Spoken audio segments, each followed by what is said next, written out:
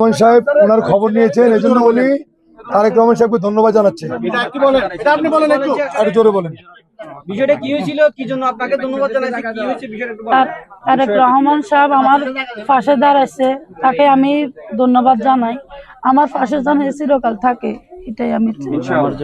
আমার যে ঘটনা ঘটছে আপনারা তো জানেন, তাই আমি আমার পক্ষ থেকে আসসালামু আলাইকুম। আপনারা তো ঘটনাটা সম্পূর্ণ শুনলেন।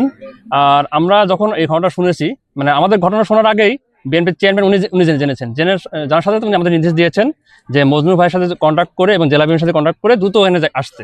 আমরা তার প্রেক্ষিতে আমরা আসলাম এবং উনি আমাদের যে নির্দেশনা দিয়েছেন যে এই ভুক্তভোগী পরিবার, বিশেষ করে আপনারা জানেন যে এই পরিবারটার যে মানে যে স্বামী, মানে যিনি তালাক দিয়েছেন, উনি কিন্তু আমাদের বিএনপি দলীয় না, ঠিক আছে, কিন্তু তবুও কিন্তু মানবিক নেতা আমাদের তারেক রহমান, উনি কিন্তু মানবিক বিবেচনা করেই এখানে পাঠিয়েছেন আমাদের। উনি কোনো দলমত নির্বিশেষে কাজ করতে বলেছেন এবং এটাই হচ্ছে তার চিন্তা ধারণা এবং আগামী নতুন বাংলাদেশ যে নির্মাণ করবেন তার একটা উদাহরণ এটা।